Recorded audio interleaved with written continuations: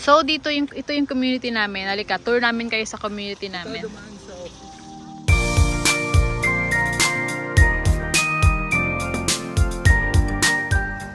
Hi guys! So nagbabalik na naman ang inyong vlogger's friend Ketralia.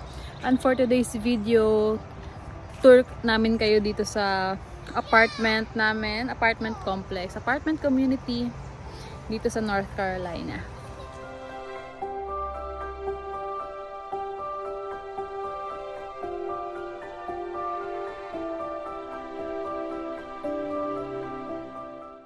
So ito yung community namin.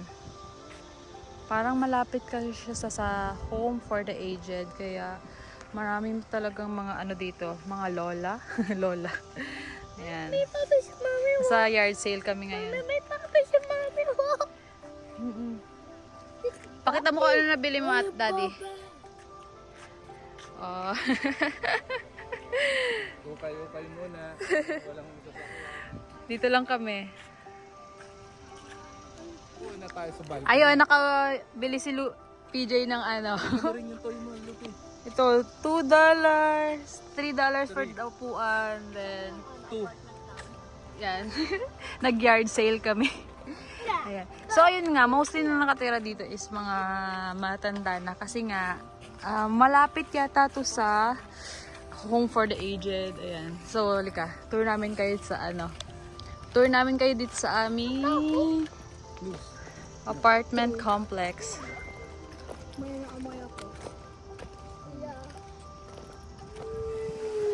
So ito yung community namin, super tahimik lang. Super chill.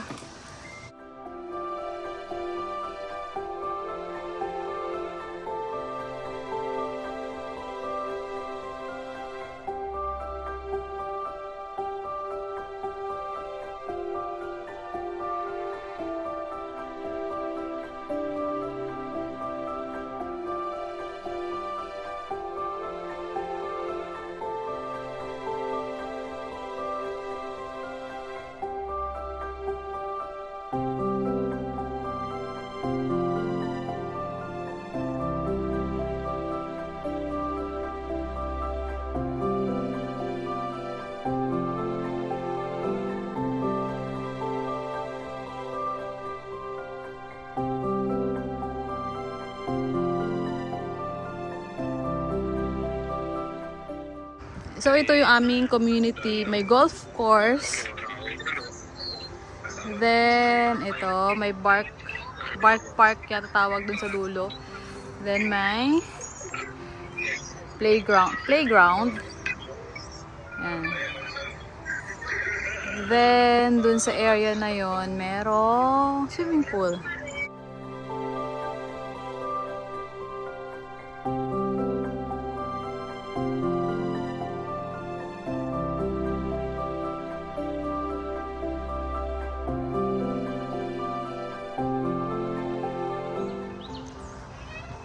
Naku, mahulog!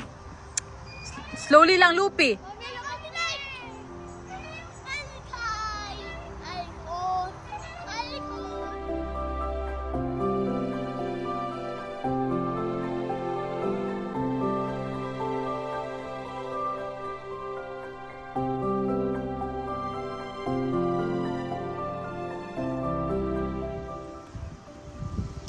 So ayan, napagod na kami maglaro. Balik na kami sa bahay namin. Tapos ito yung labas ng ano namin. Dito kasi kami sa second floor, so yung labas is yan. Tahimik, super tahimik lang siya. So doon na natapos ang vlog natin for today. Tahimik yung area, chill lang. Yan, may upuan tayo dito sa labas para kung gusto mo mag-chill-chill, ganyan. So ano ba? So far, so good naman kami dito. Yun lang. Ang ganda lang talaga. Naswertehan na siguro namin talaga tong area na to. Kasi, ayun nga, malapit kami sa... Hindi kami... Wala pa naman gulo so far. Sana at wag naman sana, Lord.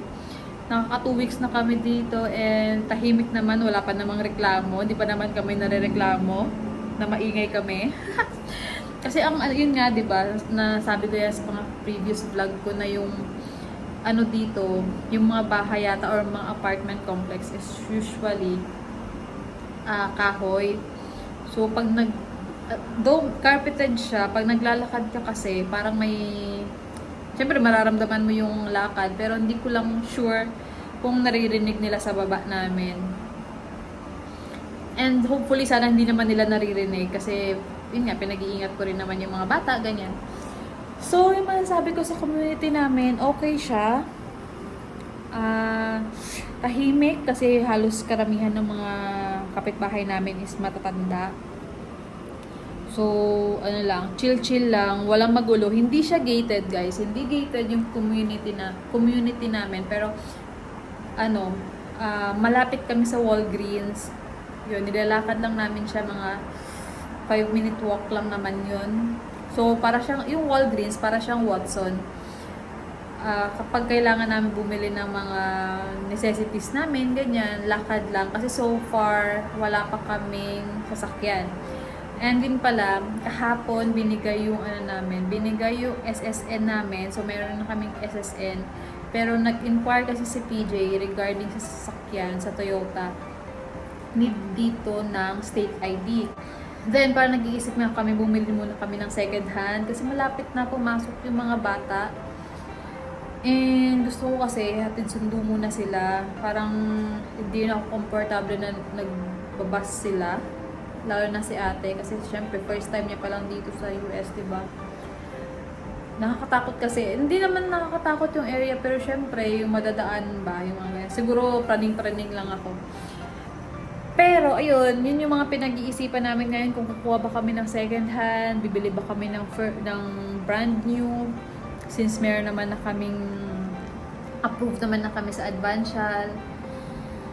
So, ayun, yun muna, i-discuss namin yun sa mga next vlogs namin, kung ano yung ganap namin sa mga car, ganyan. So, ang ginagawa pala namin ngayon is more on online muna kami. Online muna kami bumibili like mga Amazon, ganyan, or Walmart. Pero hindi ko pa natatry yung Walmart. Pero yung iba kong daw kasama, nag-online sila sa Walmart. Kasi nga, pare-pareho kami, wala pa naman kaming sasakyan. And yung iba naman, lucky sila, meron sila mga relatives, ganyan. So, yun yung mga yun pa yung mga pwede nating i-vlog next time. Kung ano ba yung struggle namin for the first 2 weeks, kung ano ba yung mga pinagagawa namin for the first 2 weeks, ganyan. Ano pa rin kami, nasa tawag dito, nag-a-adapt pa rin kami. Adapting stage. Siyempre, di ba, 2 weeks pa lang, new environment, ganyan. So, marami pa kaming kailangan gawin. At marami pa kaming kailangan bilhin, marami pa kaming kailangan ayusin dito. So, ayun lang.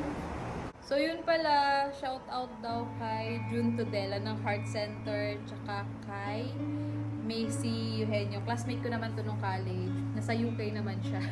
Hi guys, alam ko, ganito rin ako dati. Watch lang ako ng ng mga vlogs sa mga nasa US na, ganyan. Then, ayun, nandito na ako ngayon. Pero, yan, kapit lang, rin kayo. Kung, hindi ko kasi alam kung nag-a-apply din kayo or plan nyo mag-apply pa lang. Pero, dyan din ako nagsimula sa panonood ng mga vlogs. And, yun, enjoy nyo lang muna yung Pinas or kung saan kayo ngayon. Iba pa rin talaga kapag kasama mo yung family mo or yung loved ones mo, pero para saan ba't mag-ano rin kami. Ma-feel at home din kami dito sa bagong bagong area namin, ganyan. So, ayun lang. Thank you for watching sa mga bagong subscribers. Hello po, nakakahiya naman. Charot, nahiya pa. Pero ayun, thank you sa mga nanonood. Abangan nyo ulit yung mga next videos namin. Thank you, bye!